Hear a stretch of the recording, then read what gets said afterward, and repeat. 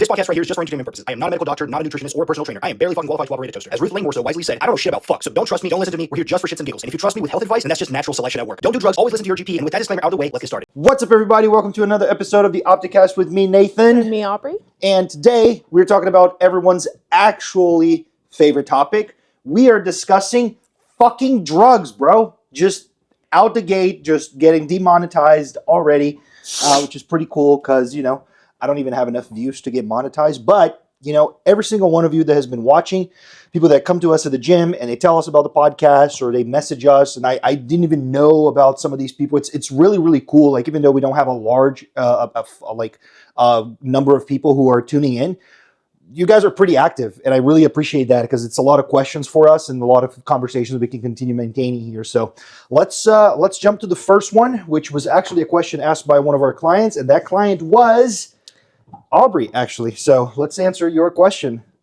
I definitely remember asking this. What does saffron supplementation do for the body?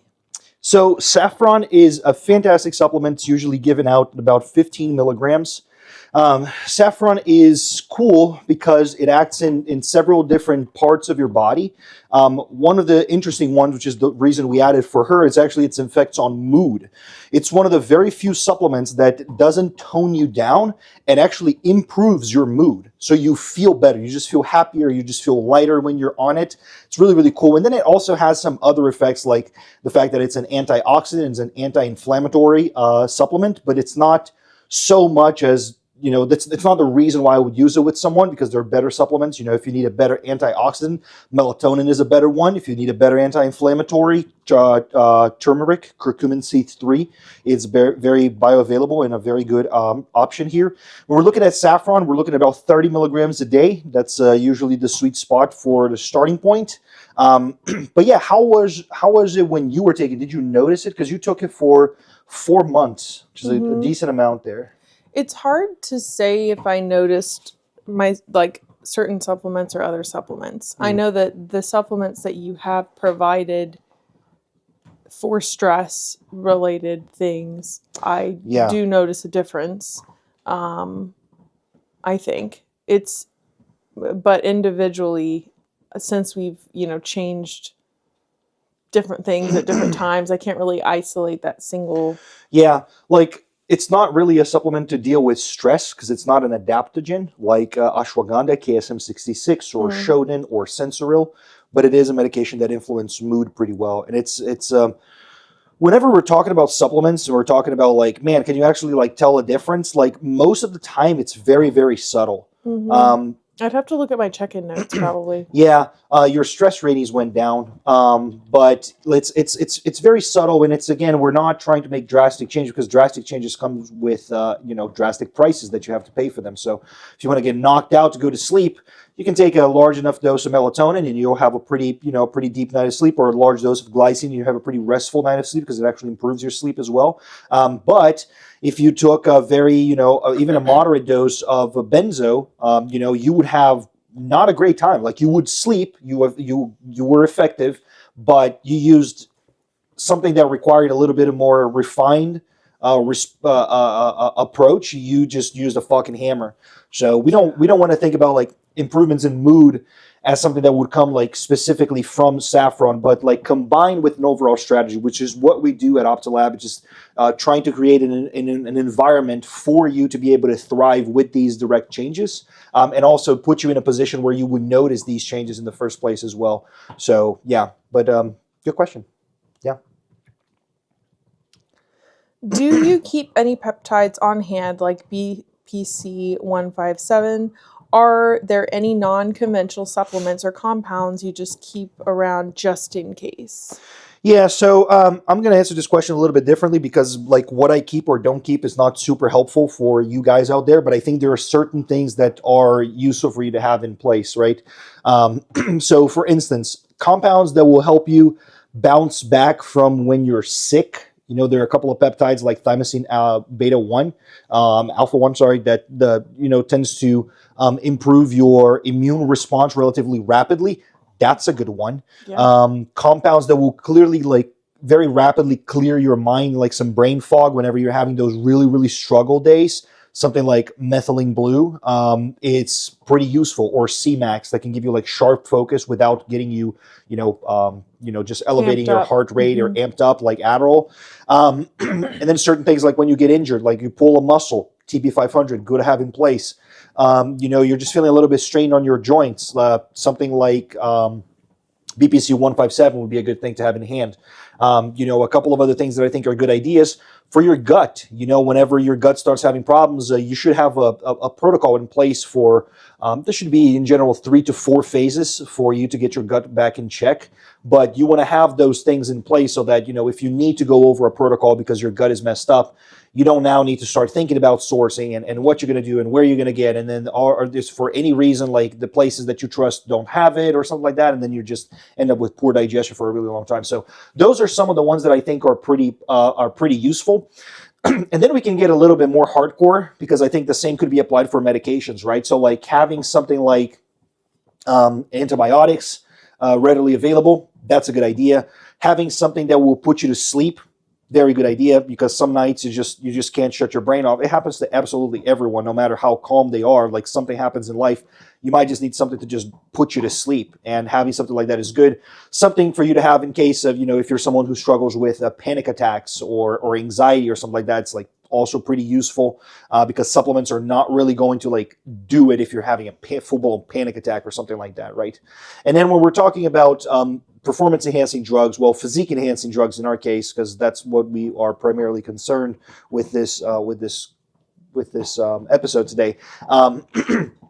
We would want to have certain things in place that like can raise your estrogen very rapidly, but also drop your estrogen very rapidly, and something that will block the DHT pathway and something that will activate the DHT pathway again. So if you don't know what these things mean, or if you don't know how to do these things, you should probably need some guidance. You probably need someone with you to be able to help you like navigate these things, or you just need to spend significantly more time studying this. And I do not suggest studying about steroids on Reddit, though there are several good things that you can actually learn on Reddit. So I would want to keep something like Arimocin or Arimidex, which are different, or something like Novadex. Raloxifene would be a good idea for you to have in hand as well. And then certainly for like prolactin, something like cabergoline or P5P would be good options. Cabergoline, I try to not use it as much. And it also messes up with your gut a few hours after you take it, so it's not super good to have, but it's favorable to have it in place just in case your prolactin goes super high for whatever reason. And then if you can also think in terms of like just making sure that whatever needs you have are going to be supported. So like having an ample stock of your testosterone, of your growth hormone, just to make sure that the basics are covered at all times. Like those are some good things for you to think about and to have in place as well. So those are just some of the things that I find to be pretty smart for you to have it just in case.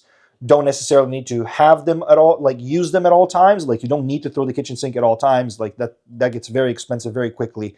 But having certain things in place to like sort of like put out fires is a good strategy. And you should know what these fires are and how to put them out as fast and effectively, and should know the difference between putting out a fire of someone who's overstimulated versus someone who is just stuck in a very like sympathetic state.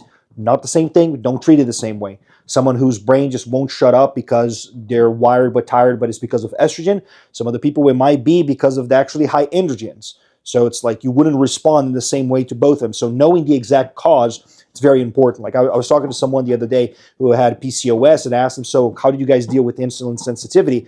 And she's like, well, we didn't really deal with that. And I'm like, so you're one of the like 25% of people who have PCOS and don't have insulin sensitivity. She's like, I guess. She didn't say anything. And I'm like, did your coach like tell you whether this was coming from your adrenals or like where was it coming from? Like, do we know where you got like this PCOS stemming from?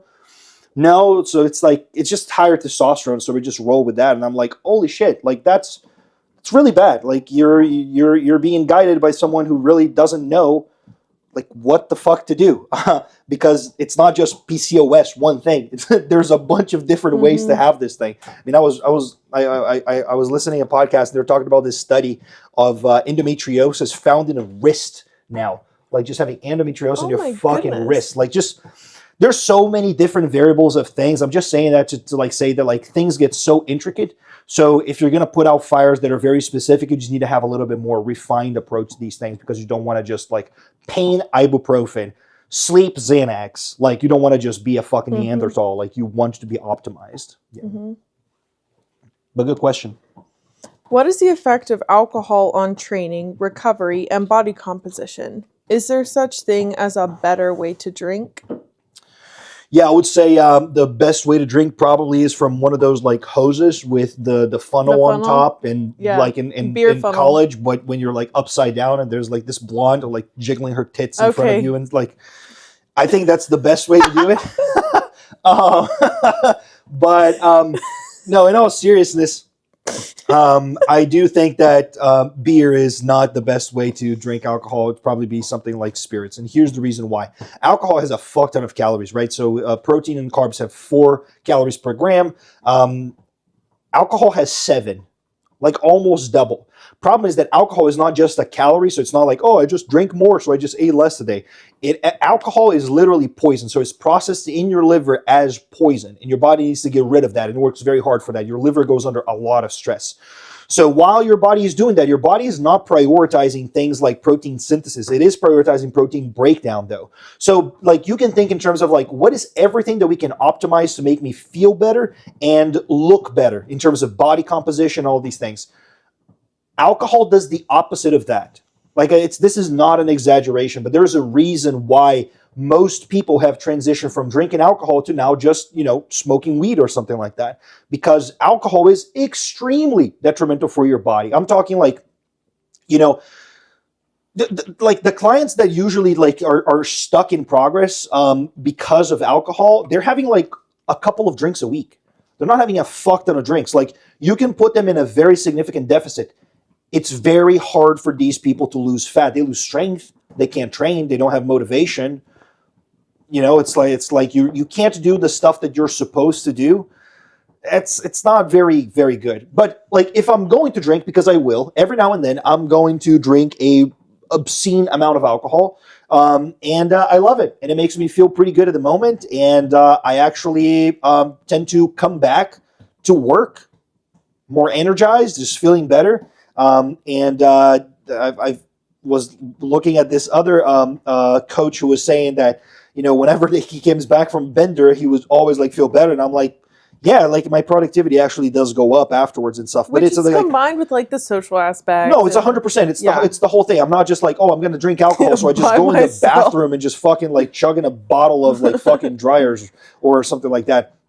So that's not what we're doing. There's the whole aspect of like the social relief and everything. But it's also like given the case that I drink like 3 times a year. Mm-hmm. Like I'm not doing this once a month. It's not on a routine. It's not a routine. I'm not doing this once a month. I think drinking once a month like this is already very, very fucking bad. I really do believe that. And this is coming from a person that, again, enjoys fucking drinking, enjoys drugs. Like I enjoy life. It's just the way it is. Function if I drink too much. Yeah. So like everything is. Oh, go ahead. No, so like there's a couple of things that you can do to make your alcohol experience less shit. So for instance, your liver is going to be under a lot of stress. So support your liver. Something like 1,200 milligrams of NAC before and after, or 400 milligrams of glutathione before or after is going to be very, very helpful. Something to keep you hydrated. So the water, but you're also sweating, so you're losing minerals. So just adding like an electrolyte pouch to your water is a pretty smart thing to do as well. And just making sure that you're eating food. So not just drinking, but like eating food as well. If you want to get drunk, go for spirits and hard liquor, not for beer, because beer has too many fucking calories. It's also going to make you so bloated, distend your stomach, and fuck up your digestion. All alcohol fucks up your digestion, but beer is worse. And this is, again, coming from a guy that's looking at, 2 massive glasses of beer over there that I absolutely fucking love. I love beer. And then the last thing that I would do here is just making sure that like you have all of your other health supplements like fish oil, zinc, magnesium, that you're supporting your body the way that it needs to be supported, because you're putting your body under a fuck ton of stress, man. Mm-hmm. It's a really damaging time, so you have to give it enough patience and enough room to, bounce back from all of the stress that you're putting it through. Am I missing something? I have a whole protocol actually for benders that I give to a couple of clients whenever they let me know, like, hey, I'm about to go on this. And that protocol has evolved a little bit over time. It's something that we take before, something that we take after, just a combination of things. And there are companies that have supplements out there that do this type of stuff. I just didn't like the formulas. Formulations weren't very good. But one thing that, like, if you're drinking, you might have difficulty bouncing back from is the brain fog. The brain fog is the absolute worst. In that case, I'm going to put on like 10 milligrams of methylene blue first thing in the morning together with Adderall, and do some C-Max or Selenk if I'm just a little bit too amped. Like it could be intranasal. It doesn't have to be an injection. And then I would probably like add in some Nupept and a racetam of a kind, depending on what activity I'm doing and for how long. But that would be my stack for the day after. Some also like just the standard supplements with like choline, alpha GPC, CDP choline, L-theanine for the slow waves and all this type of stuff. So yeah. I think that I've just come to I hate the way that alcohol impacts my life. Like in general, like there was a time that we were on a trip and we were drinking a lot. Oh man. We were trying to make the most of our time, but we were drinking a lot, and because of we were doing a ton of social stuff that we normally don't do all the time. That's very around drinking. Like all around drinking, and that the group we were with, it was like a big part of that scene. Well, culture, so but I just could not, like, I couldn't function. And it just exacerbates. It's like the sleep thing. It's like not sleeping. Mm-hmm. I mean, our sleep wasn't the greatest either, probably impacted by the alcohol consumption. Here's an important thing to note is the how addiction actually is formed, because we think that of addiction as something that you're either predisposed to it, which there's truth to it. It's either 100% a disease, or which is some truth to it, or it's 100% just social aspects, and there's some truth to that as well. But just think about it like this, right? Like you're drinking because you're partying and you're having a bunch of fun. So your dopamine levels are basically here, right, baseline, and they go all the way up. And then you go back to work the day after and you're feeling like shit. You're not going back to baseline. You're now feeling like this. Mm-hmm. But the thing is, you need to feel good. So you're going to drink to feel happy again. So you do that and it brings you up, even though you're like this, and it brings you all the way up. And now it drops you even down further. So at one point, life becomes so bleak away from it that you have to have it just to bring you back to baseline. That is the concept of addiction. It's when you need the substance to not have your life be gray anymore. So it's not that you're using it to make your life super colorful, but it's that you're using it to prevent your life from going gray. And that actually happens by overdoing it in several circumstances, by overdoing the, like, using it to be happy, approach of substance abuse. And again, like, I think the concept I think the concept of drug use is very fascinating. I like studying about drugs and reading about drugs and drug addiction and all these things. Obviously, I'm a recovering addict, so it's a topic that it's interesting for me for personal reasons as well.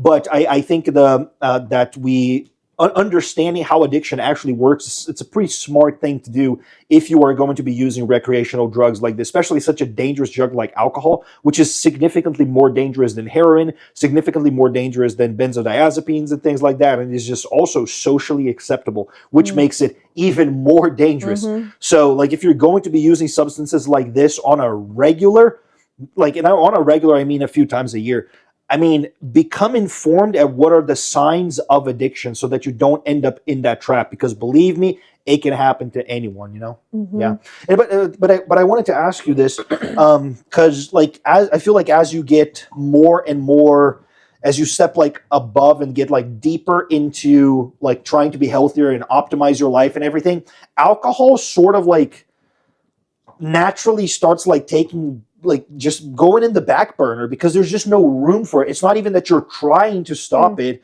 And I have clients that are like recovering alcoholics as well. And it's like one of the things that helps them the most is just focusing on your health. Because when you focus on your health and when you focus on feeling good, so two things, alcohol just sort of like loses its luster. Its appeal, you know? Yeah. No, I agree. Because that's kind of how it's been. Because, I mean, I feel like my perspective on alcohol, or my vontade, I'm speaking Portuguese. My desire to drink alcohol or that kind of thing hasn't really I can go to a social event and I'm okay. Yeah. But I also think that has to do with, I think it has to do with working on my health in combination with working on my mental health and just like realizing that I feel good from doing other things now. Yeah. And also a very important thing was that dopamine, understanding dopamine, especially with ADHD brains. Because after a weekend of hanging out with friends, of doing normal things, like something boring, then when I come back to normal life, oh my gosh, it's like, you know, when you're a kid and you go to camp and you have this huge, like crazy fun crash, time and make all these friends, you come back and there's this crash. Yeah, I deal with that on small things. And so understanding that, okay, that happens, but that's normal. That's just me coming back to normal and my brain is kicking and screaming, but I'm like, nope, this is like, it's okay. You'll be fine. Just hang in there another day. So I think it's a combination of focusing on my health and mental health at the same time. That's kind of allowed. But definitely, I just feel bad. Like nausea is a thing that I've inherited from my family. And so just the hangover or just even feeling bad after drinking, like, dude, yeah, I just, I don't want it. Like everything you're saying just makes my wheels turning in my head because I'm like, okay, like you're getting like side effects from alcohol, like we can mitigate some of these side effects. For instance, though it's rare, molybdenum deficiency, it's also possible that that deficiency is what is causing a resistance to sulfates because people don't have resistance to sulfates. That's a myth, but it happens if you are deficient in molybdenum. So you can take molybdenum to like prevent you from having some of those headaches and stuff like that come from alcohol. Like another thing that I've done before, and I do not recommend. Obviously, nothing here is health advice because it will be pretty fucking stupid for you to follow someone that looks like me, like a fucking bald guy talking on the internet about this shit. Like fuck that, right? But you know, theoretically, I guess, and I'm not going to say I did this anymore. So theoretically, you could get something that acts on the same receptors as alcohol in your brain, like phenibut, for example, and you could pair that with alcohol to enhance the effects of alcohol without drinking as much. So basically getting like a 1 + 1 = 3 type of situation where you were now required to, before you were required to have, say, 4 drinks to be plastered, but now you're required 1. So that's pretty cool.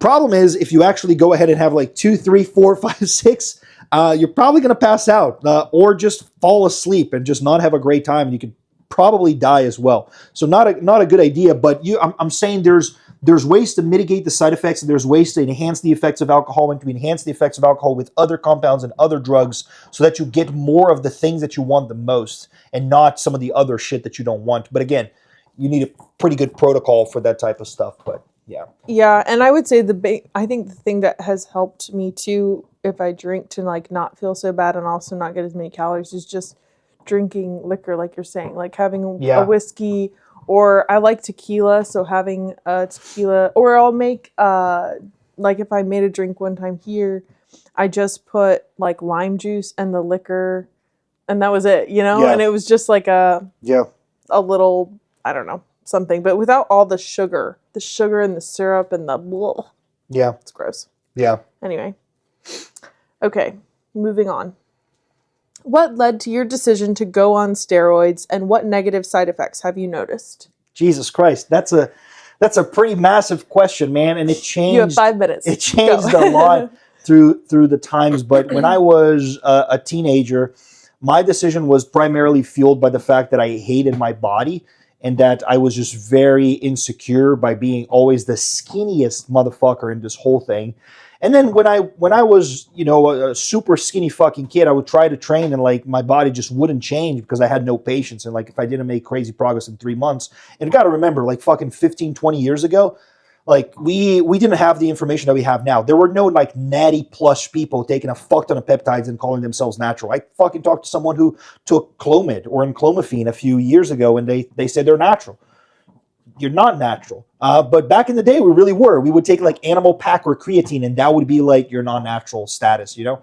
But I was just super, super skinny. Then when I went to rehab after that, like food became my only drug, and I became really, really fat. I just like didn't really like my body. Plus, when I did blood work, my testosterone was pretty low already. So I was prescribed anabolic androgenic steroids, TRT, off of rehab, like from rehab. And that like helped fix my hormones, so to speak, but I wanted to get fucking massive. So, I had the guidance of my psychiatrist at the time, and he was like, fucking let's do it. So I did a cycle with him. And I don't remember if I did my cycle first with him or if I did it first by myself, but I know that I did testosterone and DECA with my shrink. Then I also did testosterone, DECA, Dianabol from a pharmacy and some Paraguay drugs. And then I did testosterone and Winstrol as just from fucking Paraguay as well, some other time. But that was primarily the reason. It was just, once I had to fix the hormones to an extent, but I also wanted to I wanted to be fucking massive. I wanted to be big. Now, later on in life, when I started taking steroids again, it was more fueled by the determination to just see what I can do while being healthy. So I just legitimately want to know what happens if someone prioritizes their health, and yet puts themselves in a position where they're not avoiding everything out of fear. What does that look like 10 years down the road?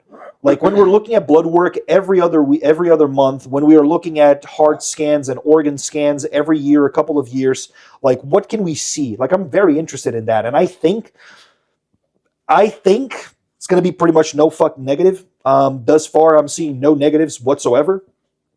There's like nothing in my heart scans. There's nothing in my body scans, my organ scans. There's nothing in my heart contrasts. There's nothing from blood work or anything like that. Obviously, markers skew whenever you are under high androgen load, but not like anything super significant. So I would say it started in a pretty negative way that I just wanted to fix something that was really bad. And right now it's more of like an excitement. Like I just want to see like what this thing does, like how big can I actually get while like having limitations like my clavicle and like joints there. Like when I did some of the tests, it showed like my tendon was like very, very compromised, just like lots of little holes and fissures in it and stuff like that. Like how does someone like that grow? Like, can you grow? I'm fucking growing.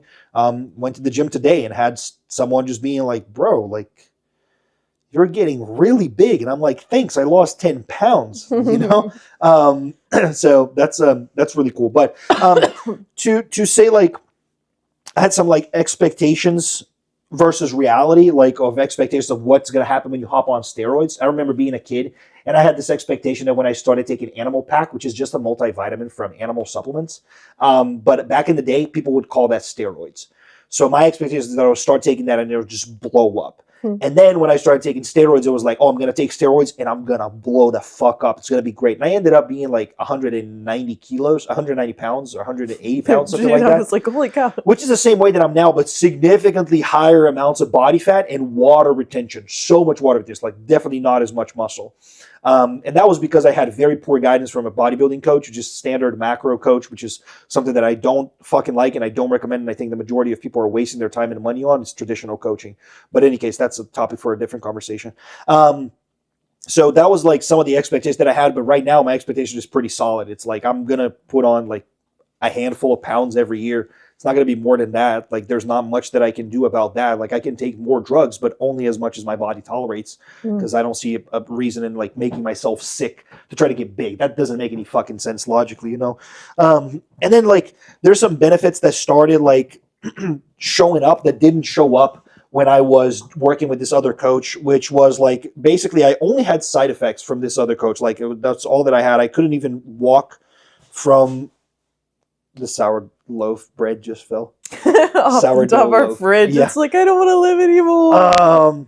Yeah, so like I just had a bunch of side effects, like blood pressure through the fucking roof, like so high. I remember this doctor one time told me like, you're gonna die, you're not gonna make it to 20 years old. And I'm like, can you give me meds? Like, no, you need to stop taking steroids. And I'm like, fuck you, oldie. Yeah, that didn't really work for him or for me, but I'm alive, so fuck you. Thank God.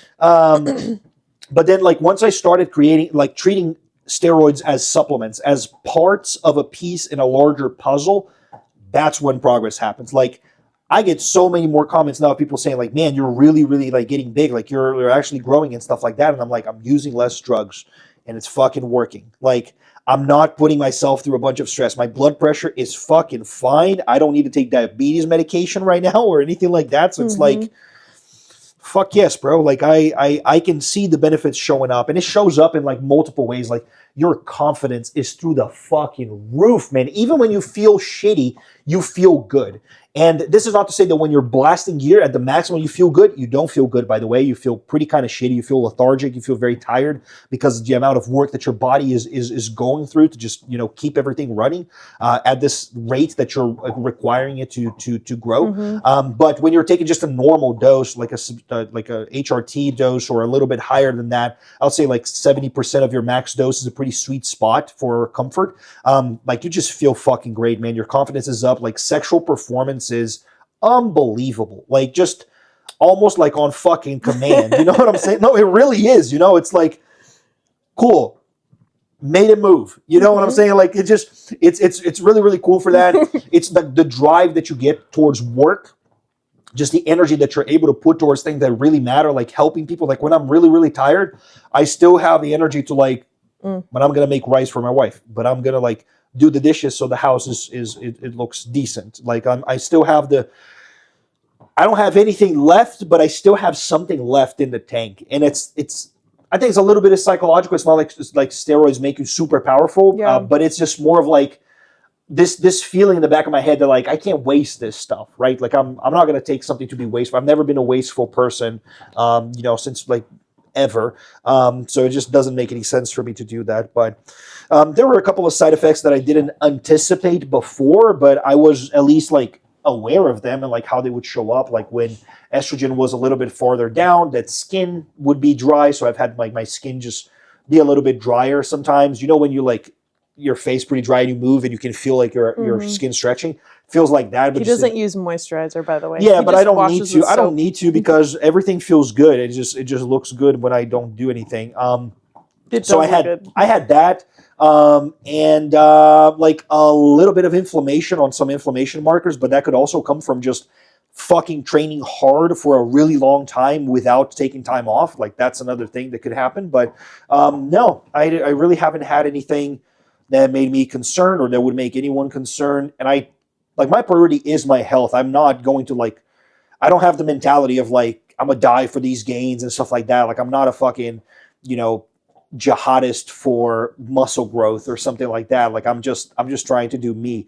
So if at some point it becomes a problem, then we just go back to TRT and we maintain what we build. Like hell, if I just maintain what I built up to this point, I'm fucking good, man. But I want to see how far I can take this. And I'm just going to end with this, which is just to say, and I know this is the hot take, but I truly believe in this. I think steroids fit in most people's lives under the right circumstances without them getting side effects. I truly believe in that. I think steroids can truly enhance, and being enhanced is the future of human performance in all areas. I'm not just talking about just being the biggest guy in the gym. I'm talking about being the highest performer at your company. I'm talking about like being the best student in your class. Like, enhancing yourself is the path towards that. Remember, there's no referees, there's no WADA in real life or anything like that. It's like you just make your own rules. So you can stop following other people's rules that they make for you, and they don't care about you or how you feel or anything like that. But so that's pretty much my short answer, my short and unthought of like top of the dome type of answer. But what about you? Like what made you like think like, okay, I think I can do this, or like I think I want to do this? Yeah.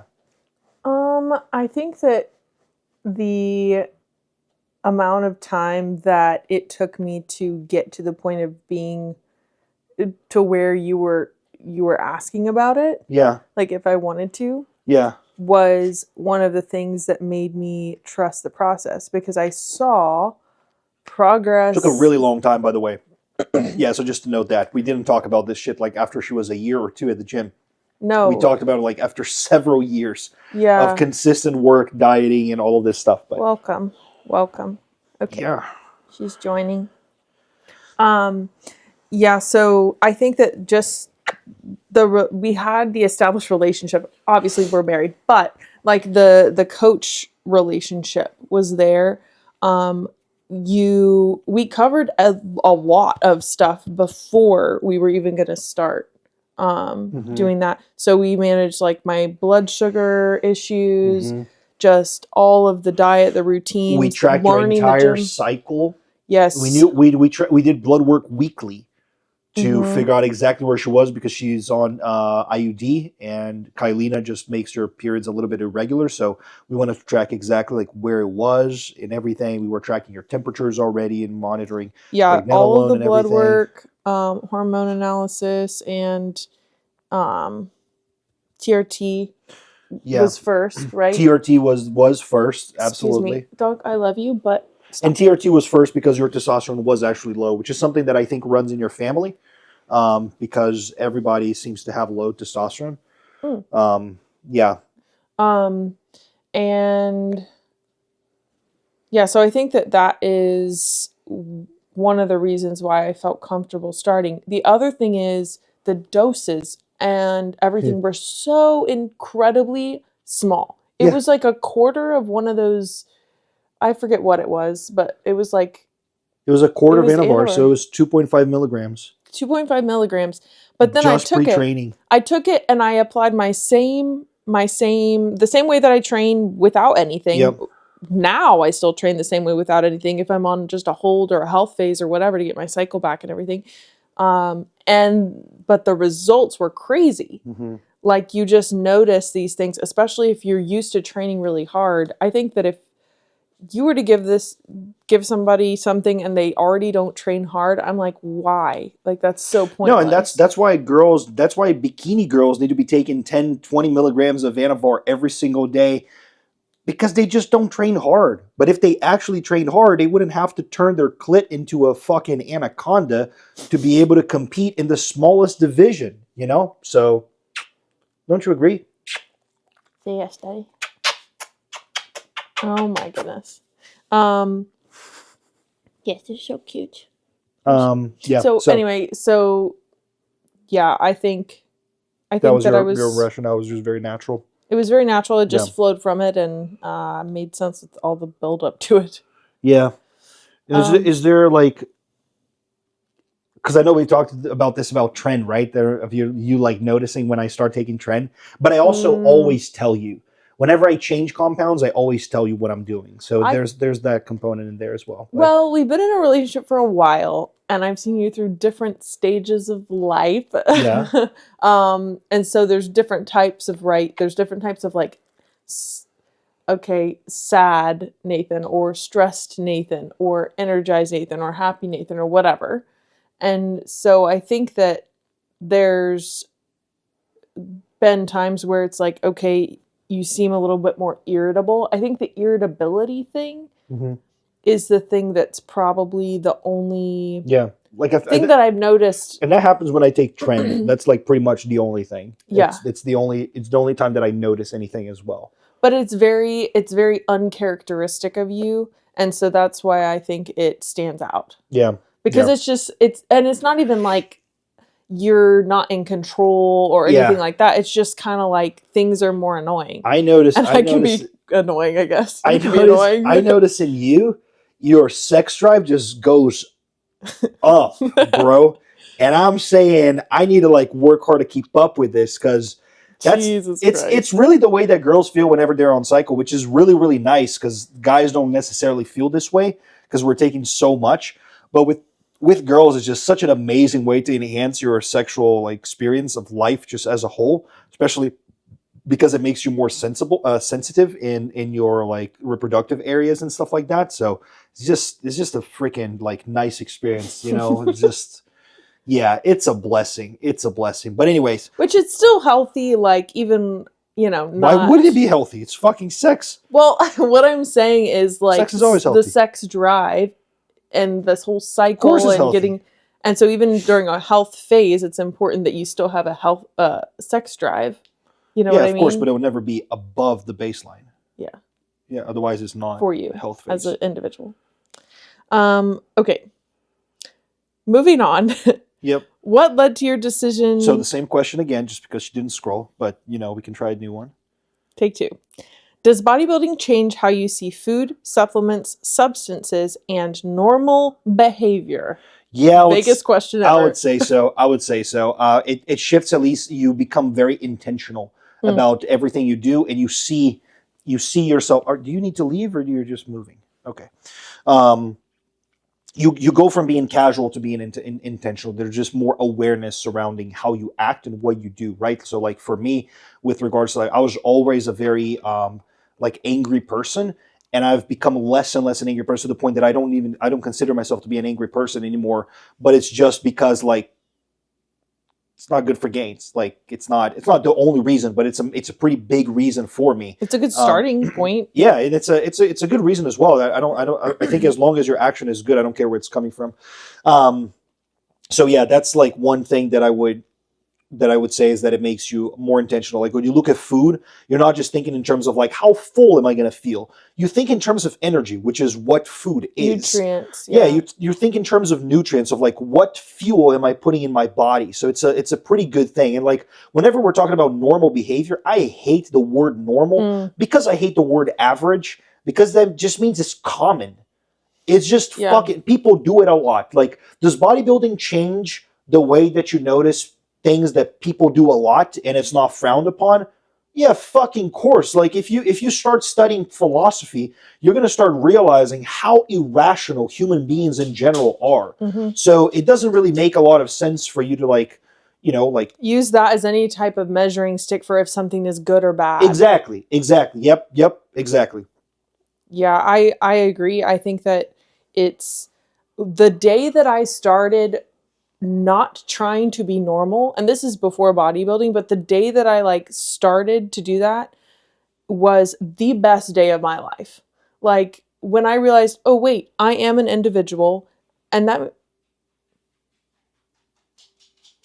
someone found the bread. What are you doing? Did you eat it all? No, but she found it. She's telling us about it. She found the bread in the kitchen. Anyway, sorry, what were you saying? Sora, come. Couch. Sir, come here. Good girl. Anyway, the day that I started doing that was one of the best days of my life, and I already do that with everything. Like, I don't think like a normal person thinks. Like, our relationship is not like a normal relationship or whatever. Like, and that's why you also don't look like a normal person.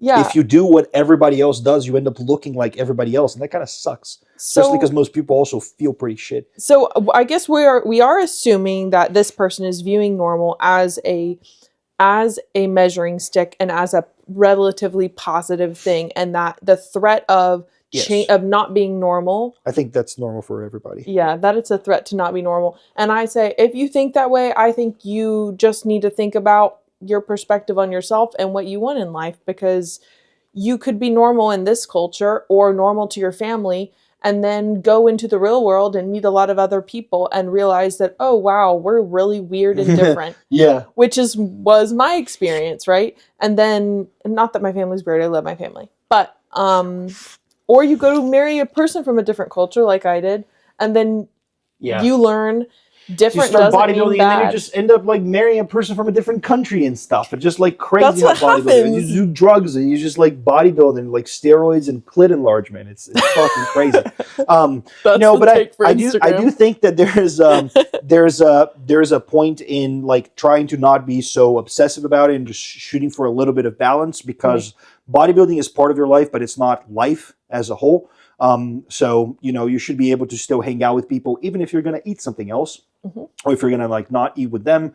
You should still be able to like go and be present in people's events, even though you're feeling pretty tired from cardio and training and stuff like that. So, I think that there's a smart way to do bodybuilding, just like swapping some things out here and there to just make sure that you're not like just sticking out like a sore thumb as like this awkward person. And like this comes with like learning how to navigate different social environments, which I think it's very, very important as a bodybuilder, because it's very easy to get caught in this bubble of like just doing my own thing, like fucking lone wolf type of mentality and everything, which is I fucking abhor. And I think that like it just goes to learning about like boundaries and healthy boundaries as opposed to going towards extremes. So you don't need to push the boundaries so close to comfort that you have no access to real life. You can push the boundaries a little bit farther out, and the boundaries should impose on yourself, not on others. So it's not like, oh, we can't go out to have pizza because I don't eat pizza. No. Like, we can go out to have pizza if you guys want. I'm going to order a salad. And I'm going to have a protein shake when I get home. Like, that's totally fucking doable. Like, there's no reason in not doing that. And when people say, like, oh, but that's the odd, weird, extreme behavior, I'm like, choosing what food you want to eat based on your long-term goals is odd.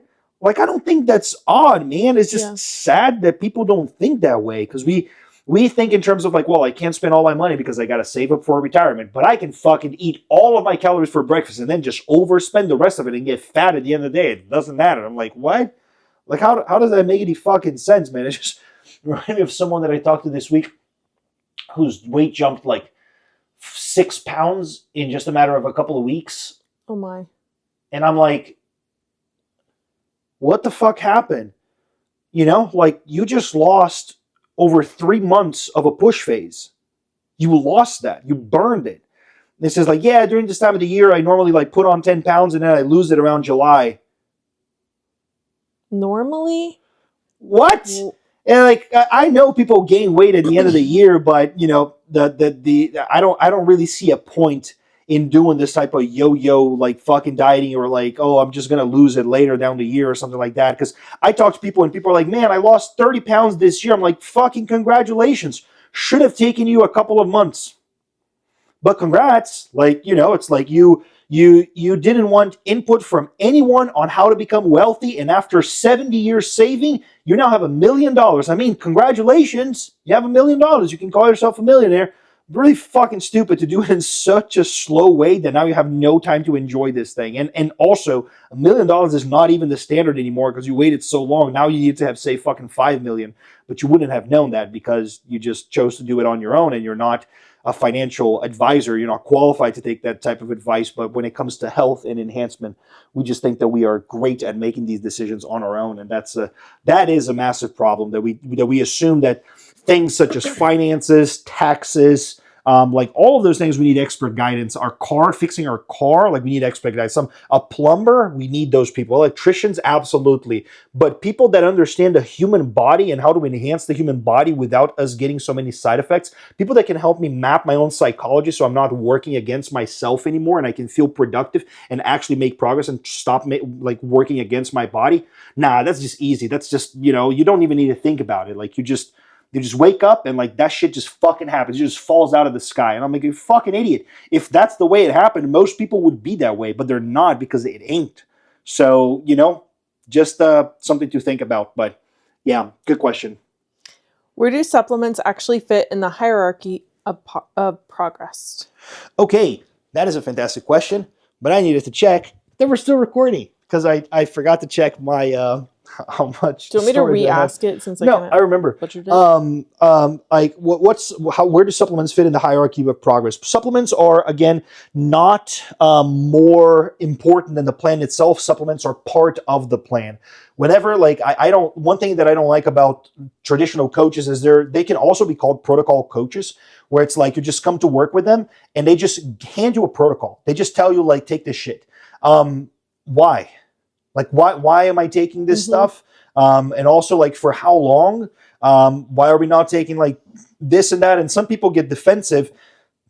If they get defensive about it, it's because they don't know about it. But in general, like, autistic people like myself, we ask why, so we're not offended by it. So if you ask me why 1 billion times, it's like, I don't care. We're going to keep answering, because if I get to a point that I don't know the answer, I'm going to be like, great, because I love learning. So I have something that I can learn. So it's like, I get excited regardless of like which way we're going. But, like, there's two beliefs here that are problematic. The first belief is that supplements don't do anything. So just take steroids. That's a problem, because supplements really do things. They do. Give a woman boron and watch what happens to her estrogen. Like, give a woman chasteberry and just like see what happens to her to her cycle. Something changes. Give a guy sublingual pregnenolone and watch what happens to his sleep. Like these things really make a difference. Look at someone's liver values and then get them on an very high dose of NAC and watch what happens to it like a month down the road. Has a fucking significant effect. Measure your omega-3s levels and then take a reputable brand of omega-3 and then watch what happens. Like these things have real effects in the real world. So it's to say that they don't work is absolutely fucking retarded and just a sign of rudimentary type of Stone Age coaching that I don't really appreciate. But the other end of it is to think that supplements do so fucking much, right? Like the supplements are just the absolute best. Like you just take this thing, you're going to feel so good, which is kind of like the GNC hype that we used to see back in the day of like, this supplement came out. It's fucking amazing. Let's take it. Woo. And you take it and like nothing really happens after you just realize that like, oh, I think I didn't notice anything, but like maybe I thought I did, but I didn't actually notice. And it's like, cool, you're discovering placebo. So there's the two mistakes that we don't want to fall into, which is overhyping them or just saying that they're not useful whatsoever. But with regards to like how they work, supplements in my plans, they function as amplifiers or corrections, but they're never the absolute like most important part. Pause. Yep.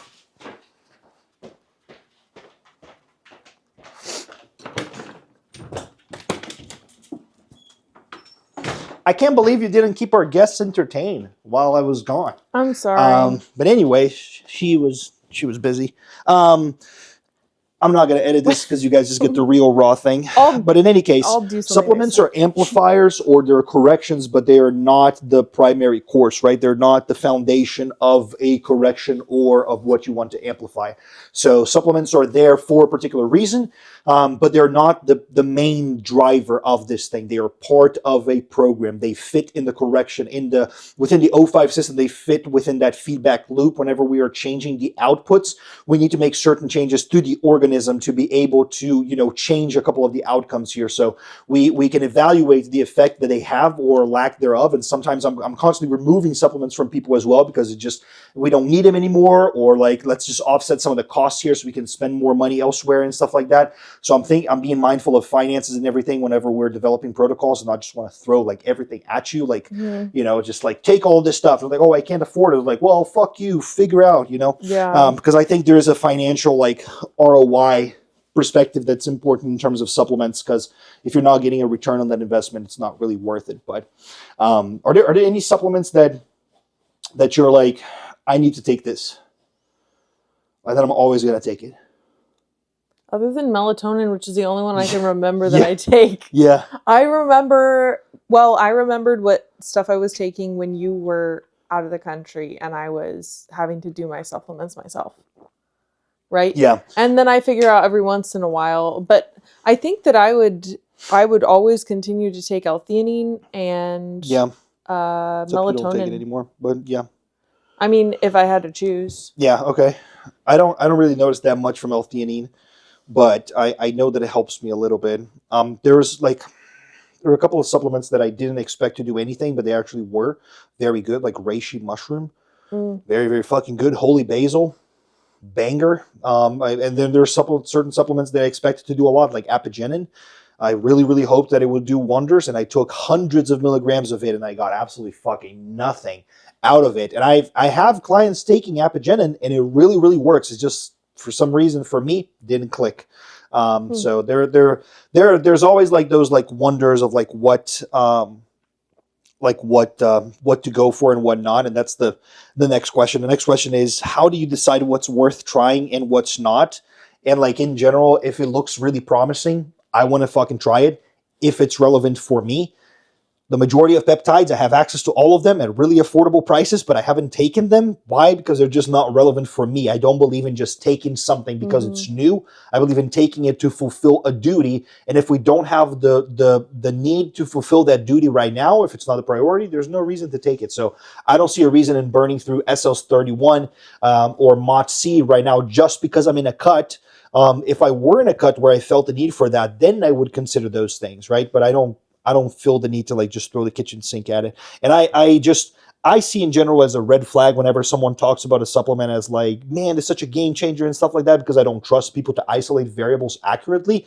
But I do have supplements, like I said, that I believe they really, really move the needle. Like, have you tried taking 2,000 milligrams of magnesium?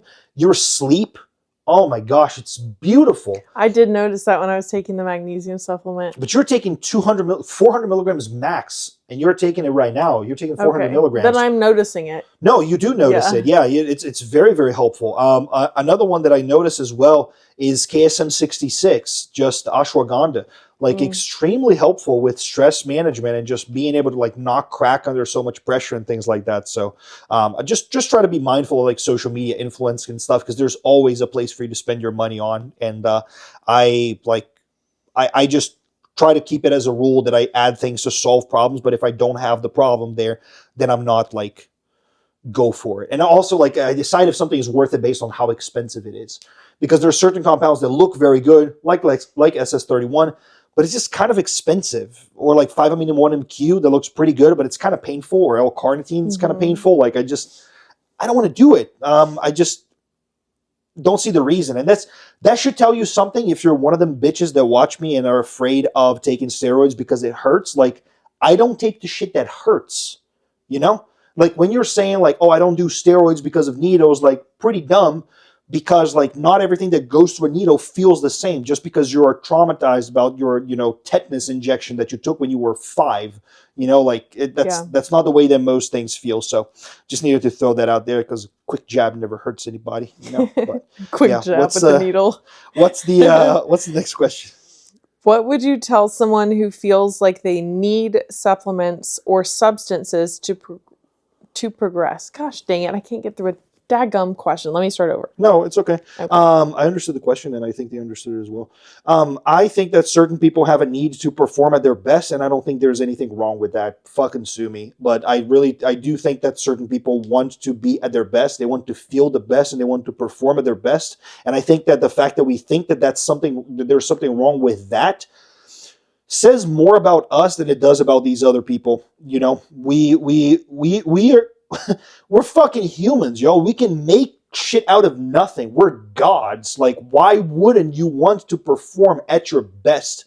Why are you satisfied with mediocrity? Why isn't fucking like being content in being lazy and suboptimal?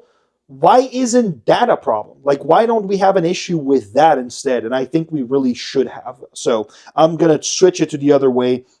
And I do think that, yes, there's the whole patience, absolutely. But I'm saying, like, all things being equal, so consider all of the things that are good and necessary for a good user to be in place. Like, those things being in place, no reason for you not to want to go that route. Like, there's just no reason. It's like, oh, okay, yeah, there's a reason. Like, if you get tested at work randomly, okay, like, cool, that's something to consider. But unless they're looking at your dick, there's also a way out of that. So just saying.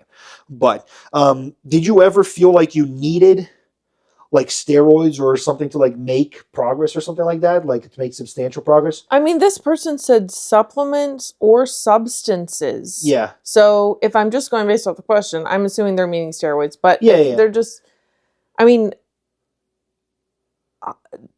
not necessarily. But you do feel like when you're starting a cycle, you feel like, fuck, I'm going to make some good progress now. Now that I've done it, at least, okay, my first push was good. The second one, I didn't like the side effects. Yeah. But yes, I do have an expectation of now it's like you just put your money into a savings account that pays you twice as much interest. Yeah, exactly. That's what it feels like, because you still have the same amount of money that you're putting in, but the return is just so much. You do the same exact thing you were doing before. And that's another thing people don't realize. They think they need to earn the rights to do steroids. And they think they need to first fix their whole lives to then start doing steroids. It's like, no, bro. You just do exactly what you're doing. And whereas you're getting 60% return on 100% investment, now you're going to get 300% return on 100% investment. Like, that's a really good deal, in my opinion, Yeah, I do feel like they did help push me forward. I didn't necessarily need them, but I'm not going to not do, like, I'm not going to not,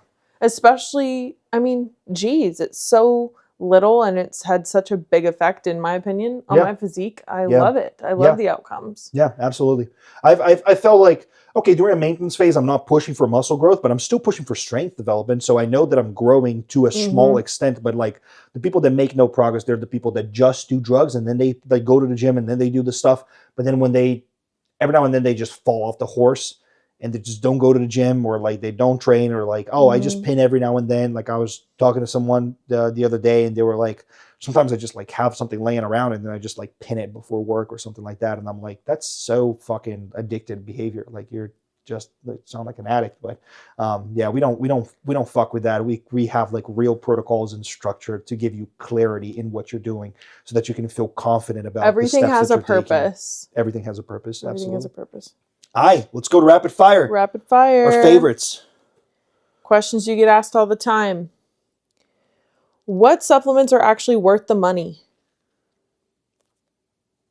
What supplements are actually worth the money? Fuck, that's a hard question because I would have to quantify like how much the supplement costs versus like what you're getting back from them. I think good quality fish oil is worth the money.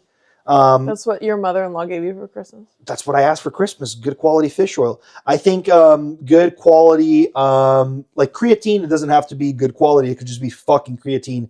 That's worth your money, absolutely, especially if you're a woman or if you're depressed. Absolutely. I would say something like magnesium supplements are worth the money. And then as needed, things like, zinc, vitamin D. Very hard to get zinc and vitamin D on your diet, so it's pretty much something that has pretty much everyone taking, like a B100 complex, especially if it's already methylated, because a lot of people have methylation pathway problems. So a methylated B100, vitamin, or then like a way to get some of the tocopherols and would be through vitamin E. So like a vitamin E complex would be really good. Vitamin A is also pretty hard to get, so some form of beta carotene. And I'm just basically listing like how to fulfill your micronutrients and vitamins and minerals. Like that's the most important thing. That's for health. So those are things that I keep in place.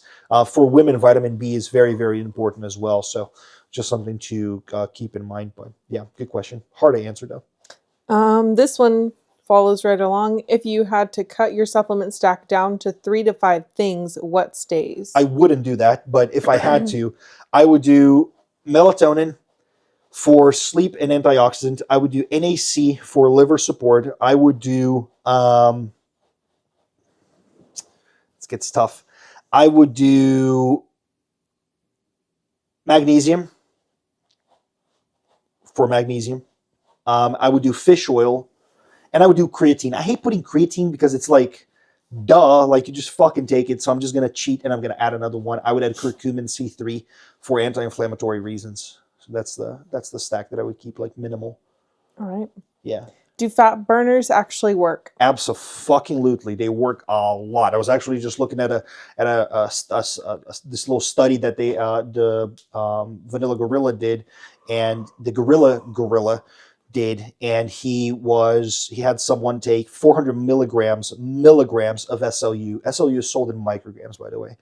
So he was taking 400 milligrams of it, and while doing a growth phase, and that motherfucker put on 13 pounds of muscle in 10 weeks. Holy with 0.2 pounds of fat gained.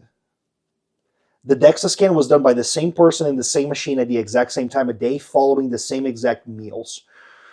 So it's like, do these things work? Oh my Brother, gosh. people who are not enhanced right now are just kind of dumb. Like, you're going to be left behind. Like, you're just trying so hard to get the most mediocre results, man.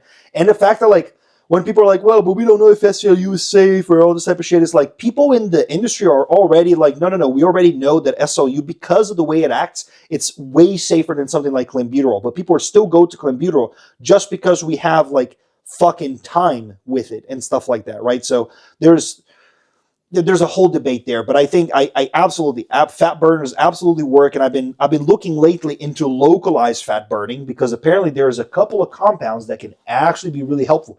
Vitamin B is being included in that compound, but that can actually help with localized fat loss, and I want to try them, and I probably will at some point. So just especially for fat loss, man, it's so easy to lose fat right now if you're not a bitch. It's like you can do it with no hunger and with high energy levels. Like, what the fuck? Yeah. You literally have drugs that mimic the effects of exercise in your body while you're resting. Like, how would you not? Like, we have mitochondrial couplers that just basically get like the energy that you would get from food, and they burn that shit. So it's like you ate 2,000 calories. Yeah, you're getting like 1,500 calories. Like 500 calories just burn away through digestion. It's just like, oh my God, why are we not doing this stuff still? Why are we struggling to lose a pound a week? God damn it. Fuck, it pisses me off. But you know, if you guys want to do it that way, we can do it that way. No problem. Is creatine... Sorry, so passionate. Okay. Is creatine safe long term? Yes. Do natural testosterone boosters do anything? They do a lot. They remove money from your wallet primarily. But I've seen blood work improve by 20%, 30% with some testosterone boosters. I actually have a client using a testosterone booster right now. But it's a very particular circumstance that I wouldn't consider for the overwhelming majority of people. But for this case, it is useful. I believe that's why I have it in place. So yeah, they do stuff, but just you can't compare with the actual thing. So it would be like, does fucking rubbing my dick against a pillow feel good? And I'm like, yeah, it feels good, but you can't compare that with having fucking sex, yo. Like, come on, we're not talking about the same thing at all. It's like, oh, but I just want to rub my dick on a pillow. I'm like, if you want to do that, I mean, go for it, but it's a lot of work for a little return on investment, so I'd rather just have the real thing. Yeah. The analogies are perfect. Is BPC 157 worth it or overhyped? Both. I think it's both, because I think people are just taking it for whatever reason right now. They're like, oh, my joints just feel so good when I'm on it and stuff like that. I took BPC 157 out, and I haven't felt that much of a difference. Just really haven't. You're too honest, dude. You couldn't sell, like... You're too honest. You can't lie. Like, you know? I'm terrible at lying. Well, and this is crazy because a lot of people will just be hooked on something and you're like, no way you're telling the truth. Yeah. You know what I mean? Yeah, and people think that I'm not, especially honest, with doses. dude. But yeah, but people tend to believe the high doses when I say I take them, but they don't believe the low doses when I say I take them, which is fucking hilarious. But yeah, it's a little bit overhyped in the sense that it fixes everything. It's not like that, bro. It's not. Yeah. And it's also like everything that BPC 157 does in one way or another is supported by things like growth hormone. And growth hormone does so many things that I would just rather, if you only have a little bit of money, put it towards GH, not towards BPC, right? This just makes sense. But in the other hand, it's like if you actually have an injury that needs more blood flow in that area, then injecting it locally to that place, like, could be the move, but you need to know whether that is the problem that you need solving. So it's not just joint pain. What the fuck is joint pain? Like, what is it caused by? Like, fucking answer that so that you can then tackle the root cause. Don't be that bitch that fucking complains about Western medicine on how we just treat the fucking, the disease, not the root cause. But then you fucking treat peptides just to treat the fucking disease, not the root cause again, just the fucking symptoms, man. Just fucking stop it. So don't be that person. Don't be a bitch, because that just pisses me off, and I'm on way too much trend to fucking deal with that. I'm on 10 milligrams a day. 10 milligrams a day. That's cute. Yeah. Can supplements fix bad sleep?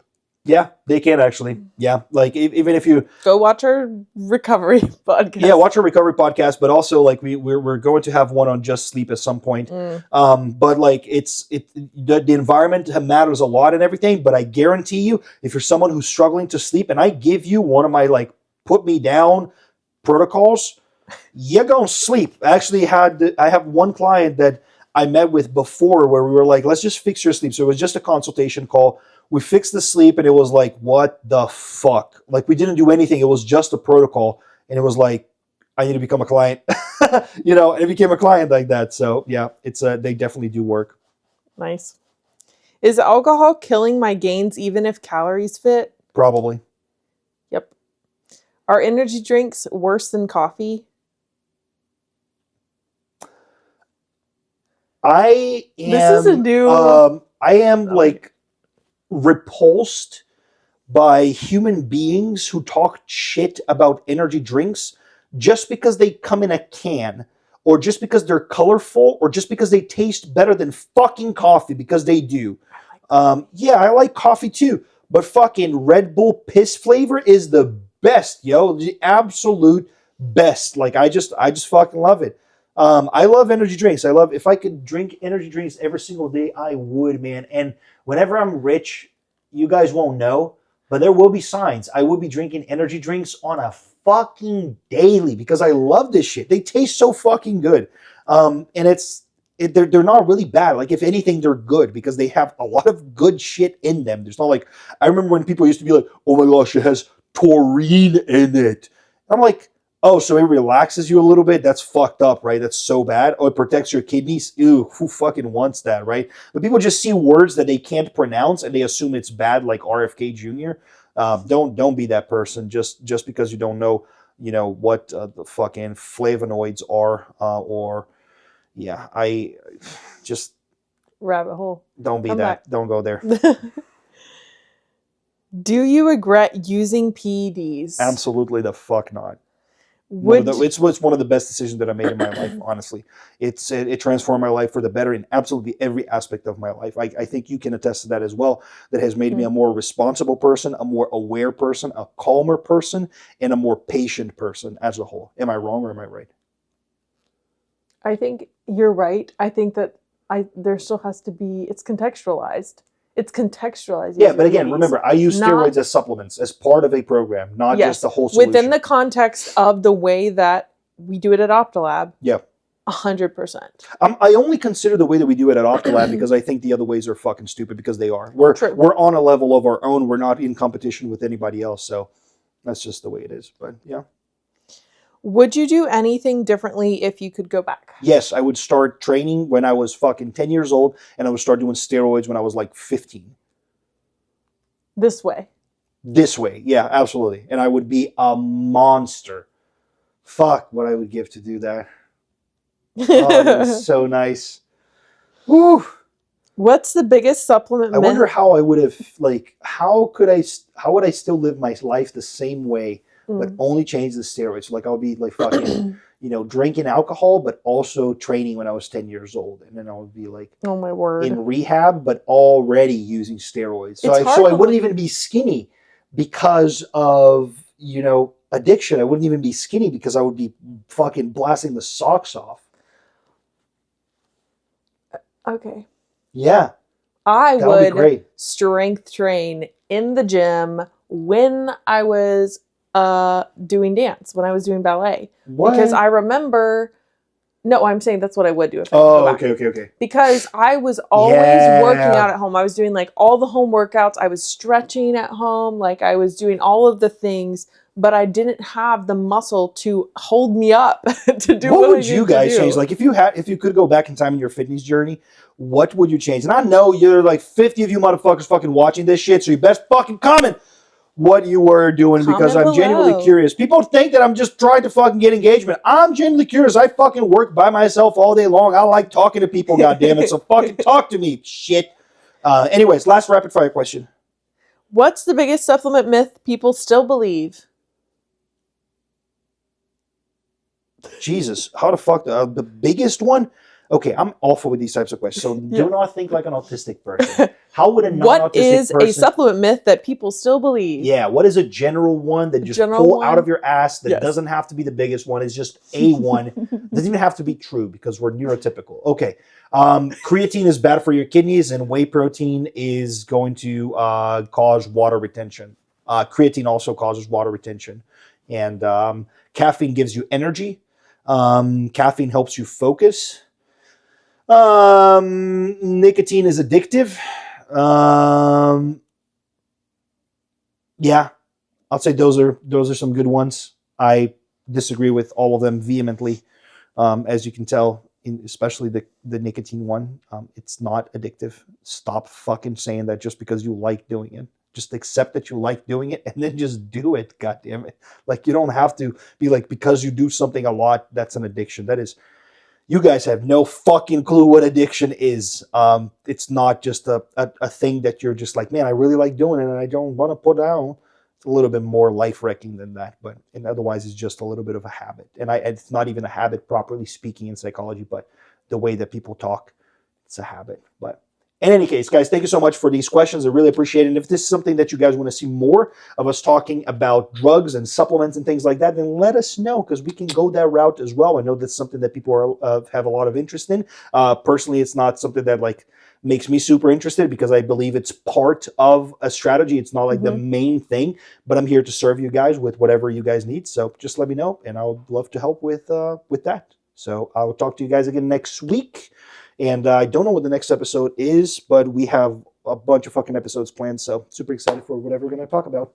Me too. Thank you guys for watching. Comment, subscribe, like, share, save, retweet, the whole fucking 9-yard, fucking repost and all this shit.